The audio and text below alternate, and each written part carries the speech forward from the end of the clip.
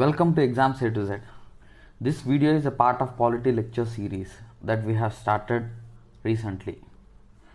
So ఈ polity lecture series ద్వారా మనం కంప్లీట్ చేసేది ఏంటంటే ఫర్ ఏపీ అండ్ టీఎస్ఎస్ఐ స్టూడెంట్స్కి కంప్లీట్ పాలిటీ వీడియో కోర్సు ఇవ్వడం జరుగుతుంది. So especially in English medium we're going to teach in English medium for the English medium students. Telugu medium స్టూడెంట్స్కి Telugu medium separate course ఉంటుంది.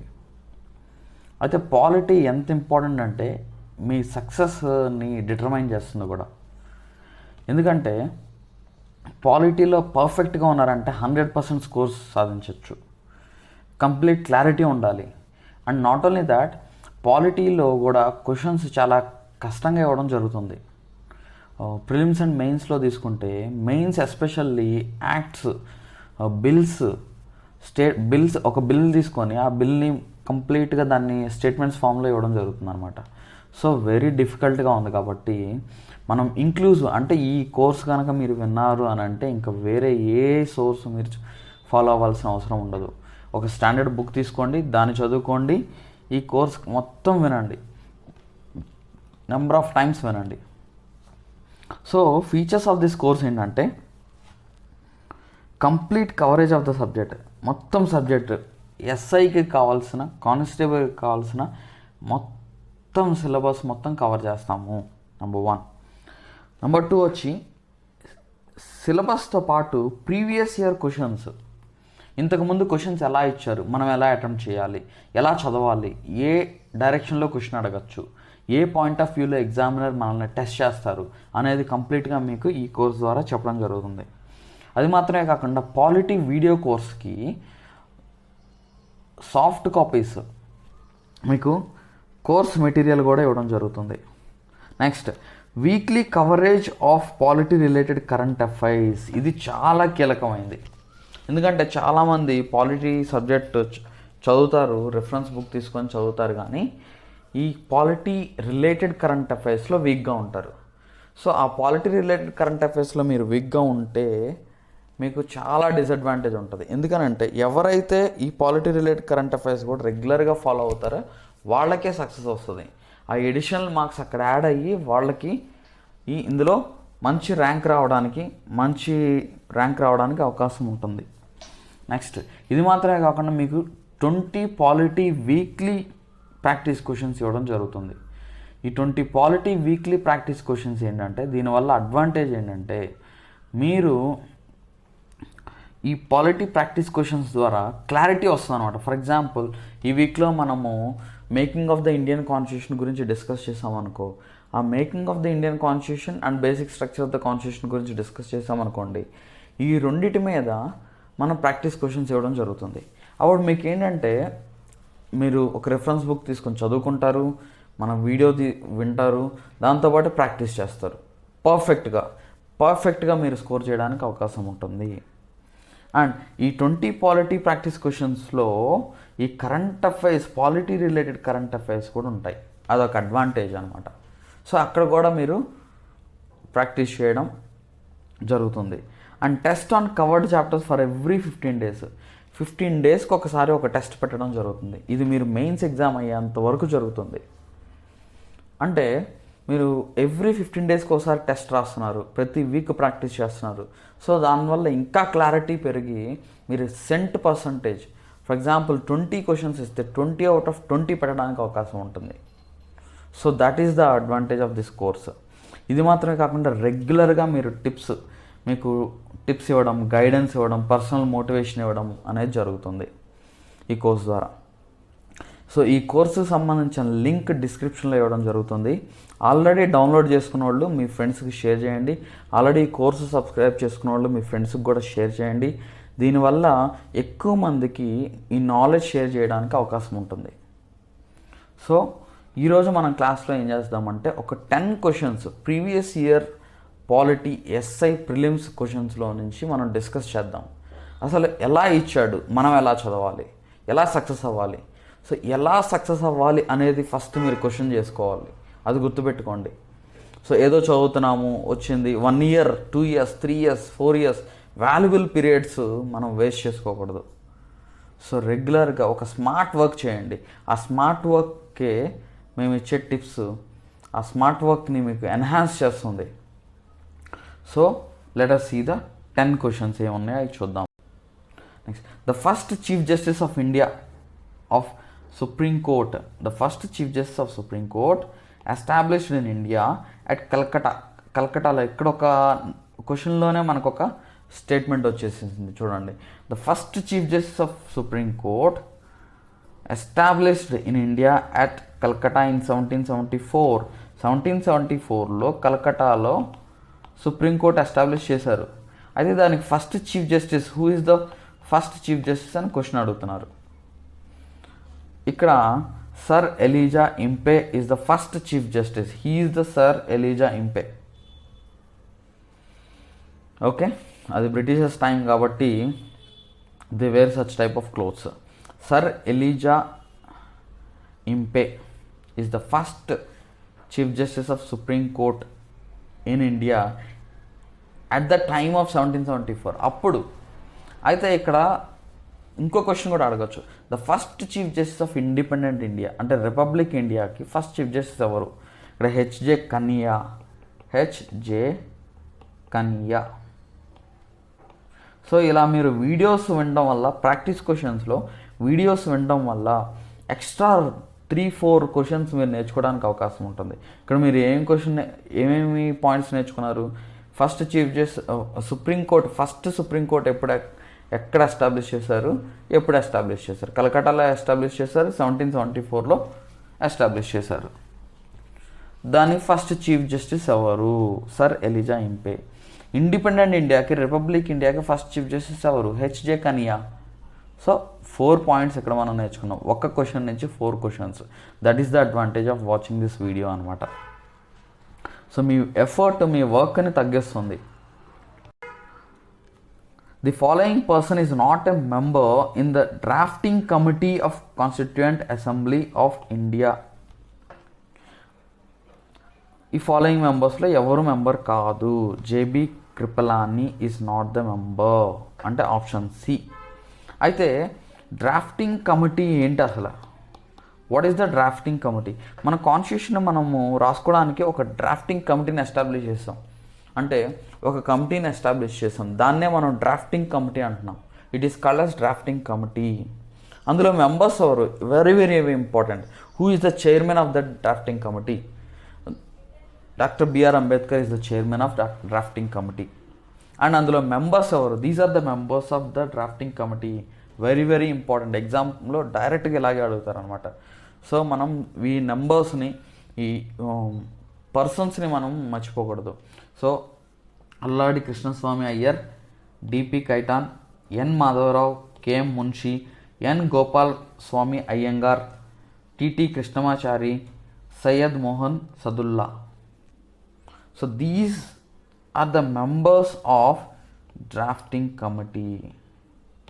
These are the members of drafting committee. గుర్తుపెట్టుకోండి. So ఇక్కడ ఎవరు లేరు? వీళ్ళందరూ ఉన్నారు.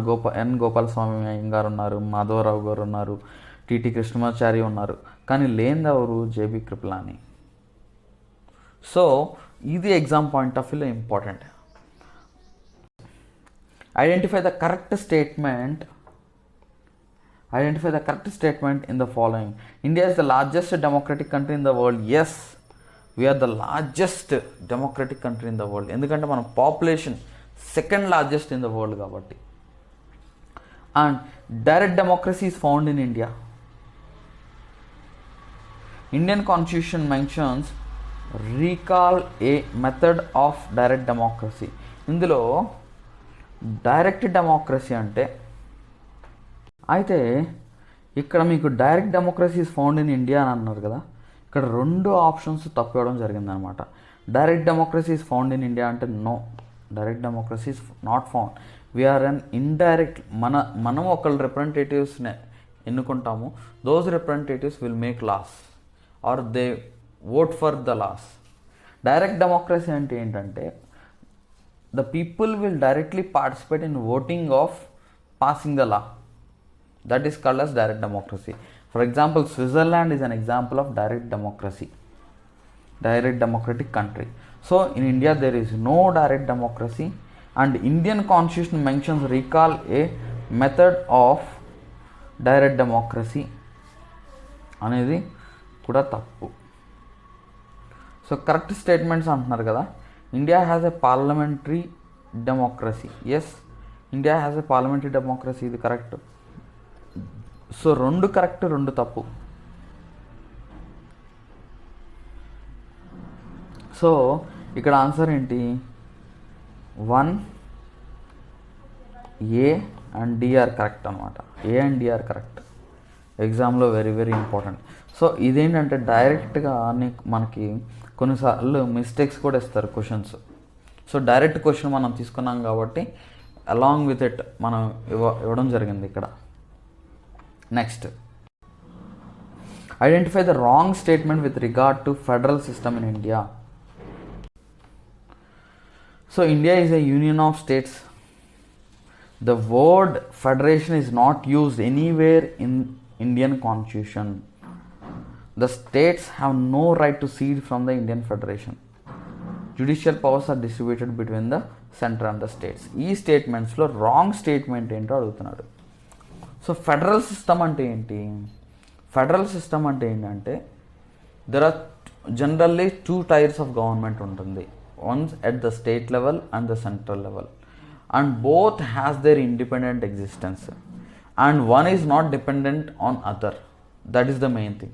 For example, United States of America తీసుకుంటే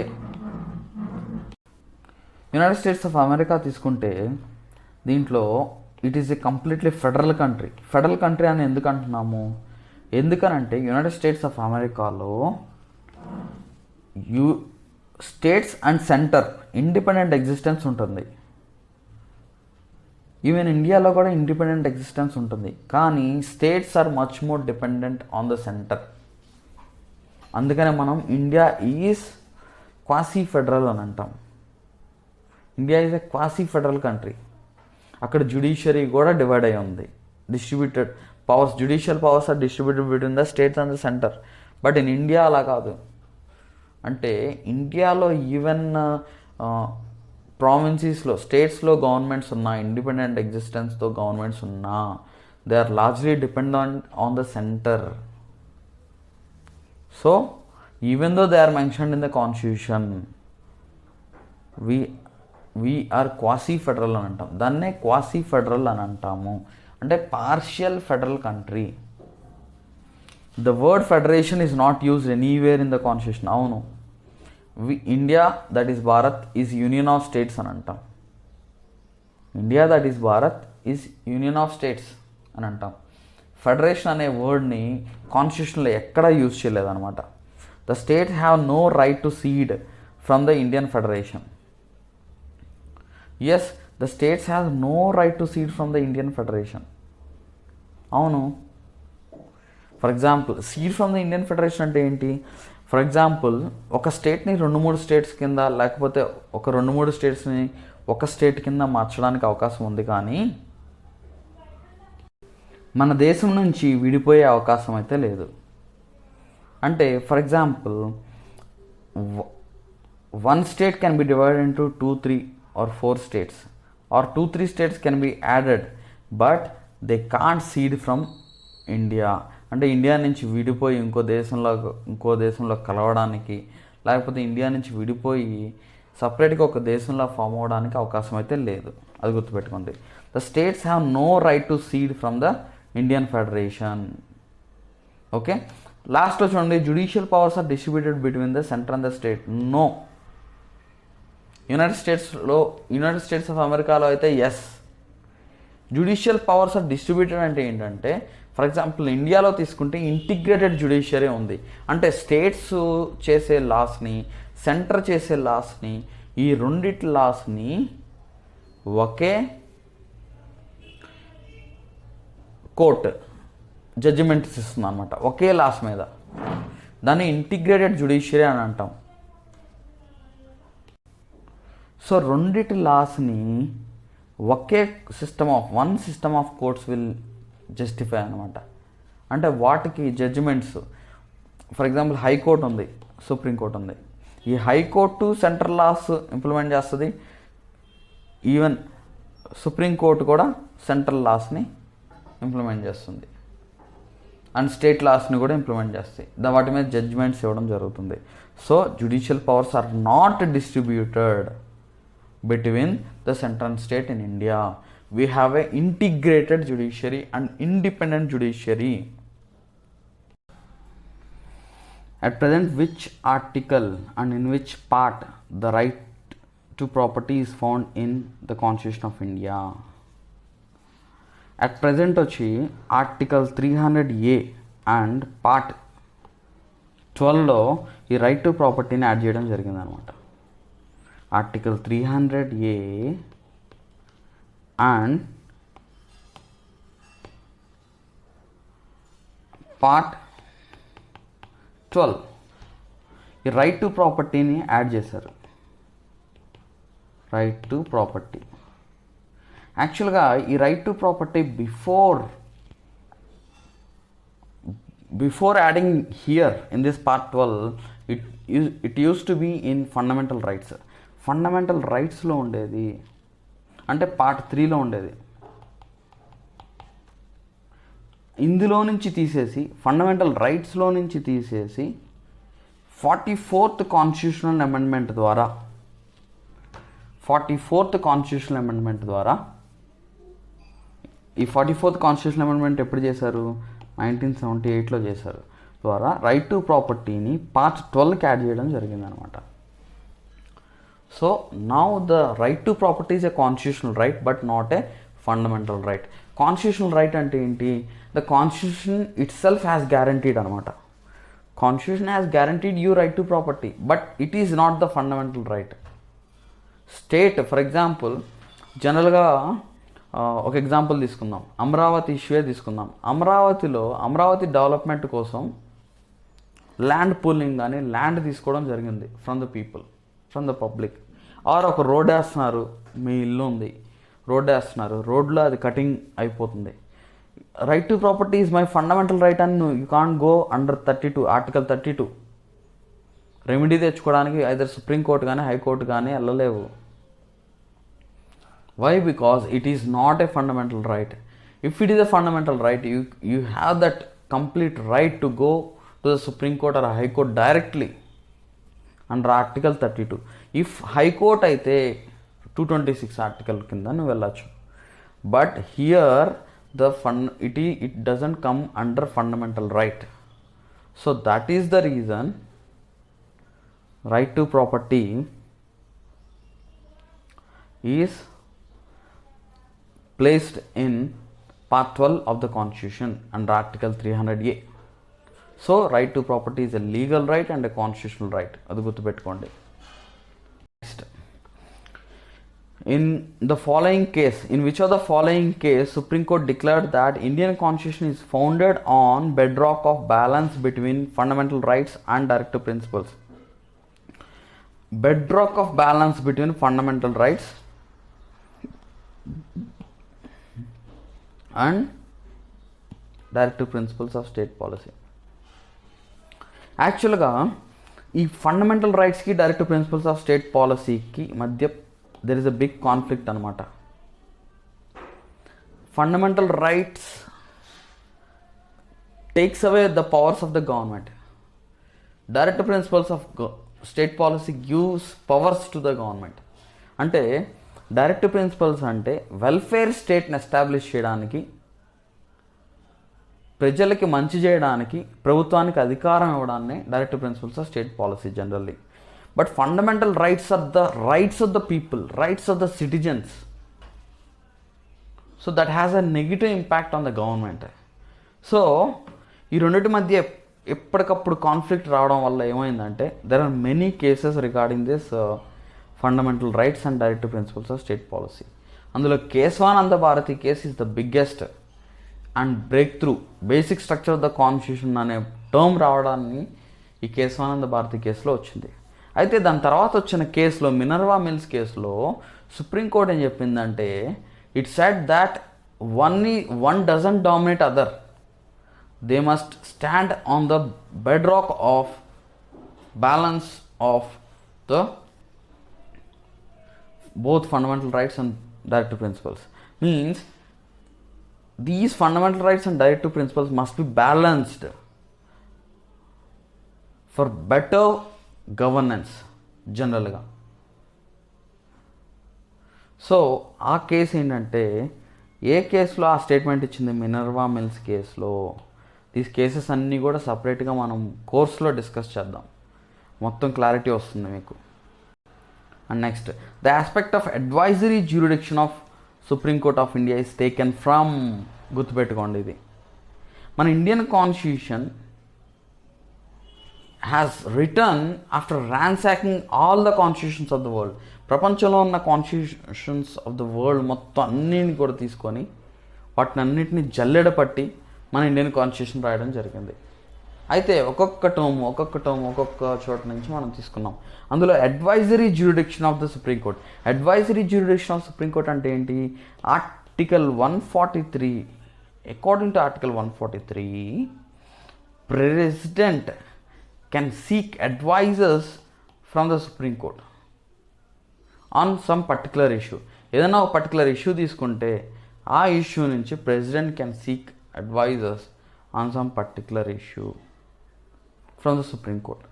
ఎందుకని? ఫర్ ఎగ్జాంపుల్ చాలా ఇంపార్టెంట్ అనుకుందాం, అది దాని మీద సుప్రీంకోర్టు మళ్ళీ ప్రెసిడెంట్ ఒక డెసిషన్ తీసుకొని మళ్ళీ కోర్ట్స్కి వెళ్ళి పెద్ద ఇష్యూ గొడవ అయ్యే బదులు ముందే సుప్రీంకోర్టు సజెషన్స్ తీసుకుంటే సరిపోతుంది కదా అని క్లిష్టమైన సమస్యలు వచ్చినప్పుడు సుప్రీంకోర్టు సలహా తీసుకుంటాడు ప్రెసిడెంట్. సో దాన్నే advisory jurisdiction of supreme court అని అంటారు. So under article 143 it was taken from Canadian constitution. గుర్తుపెట్టి. Next, the following are not the members of electoral college that elects the president of India. గుర్తుపెట్టి, elects the president of India. ప్రెసిడెంట్ని elect చేయాలంటే electoral college ఉంటుంది. ఆ electoral కాలేజ్లో elected members of Lok Sabha and Rajya Sabha ఉంటారు, and elected members of state legislative assemblies ఉంటారు, elected members of the legislative assemblies of union territories such as Delhi and Pondicherry ఉంటారు అనమాట. ఇప్పుడైతే జమ్మూ అండ్ కాశ్మీర్ కూడా యాడ్ అయింది కాబట్టి మూడు యూటీస్ ఉన్నాయి, లెజిస్లేటివ్ అసెంబ్లీస్ ఉన్నాయి, ఢిల్లీ, పాండిచ్చేరి అండ్ జమ్మూ అండ్ కాశ్మీర్. అది గుర్తుపెట్టుకోండి. సో ఓన్లీ ఎలక్టెడ్ మెంబర్స్ మాత్రమే ప్రెసిడెంట్ ఎన్నుకోవడానికి అవకాశం ఉంటుంది, నామినేటెడ్ మెంబర్స్ కాదు. సో ఇక్కడ elected members of legislative assembly of the Pondicherry, yes correct. Not the members అన్నాడు కాబట్టి. Elected members of Jammu and Kashmir legislative assembly, yes. Elected members of Rajya Sabha, yes. Elected members of state legislative council, no. వీళ్ళు electoral కాలేజ్లో ఉండరు. Legislative MLCs ఉండరు అనమాట. MLCs will not vote in president election.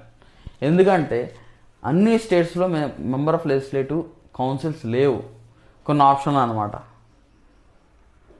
కొన్ని స్టేట్స్లో ఉన్నాయి, కొన్ని స్టేట్స్లో మాత్రమే ఉన్నాయి, అన్ని స్టేట్స్లో లేవు. అది గుర్తుపెట్టుకోండి, member of legislative councils. So the members of legislative councils will not vote in the president election. Important. Next, the following constitutional amendment is not related to inclusion of new language into 8th schedule of the constitution. ఇక్కడ మన scheduled languages ఉన్నాయి, దాన్ని 8th schedule అని అంటాం, 8th scheduled languages అని అంటారు. అంటే ఇప్పుడు other than this official language that is English and Hindi, there are 22 languages. ఈ 22 లాంగ్వేజెస్ని మనం ఏం చేసామంటే ఈ షెడ్యూల్డ్ లాంగ్వేజెస్ అని అంటారు. ఈ లాంగ్వేజెస్ని ఒక్కొక్క లాంగ్వేజ్ అంటే ఎక్కువ మంది మాట్లాడేది ఆర్ ఇంపార్టెంట్ రికగ్నైజ్డ్ లాంగ్వేజ్, గుర్తింపు, డిమాండ్స్ వచ్చినప్పుడు ఆ లాంగ్వేజెస్ని మనం ఎయిత్ షెడ్యూల్ లాంగ్వేజెస్ దీంట్లో మనం యాడ్ చేయడం జరిగింది 8th షెడ్యూల్లో. అయితే దానికి అన్నీ ఒకేసారి యాడ్ చేయాలి. కాన్స్టిట్యూషనల్ అమెండ్మెంట్స్ తీసుకొచ్చి 8th షెడ్యూల్లో అప్పుడప్పుడు 1, 2 అలా యాడ్ చేయడం జరిగింది. సో ఇక్కడ 21st కాన్స్టిట్యూషనల్ అమెండ్మెంట్ యాక్ట్ 1967 ద్వారా సింధీ లాంగ్వేజ్ని యాడ్ చేయడం జరిగింది. సింధీ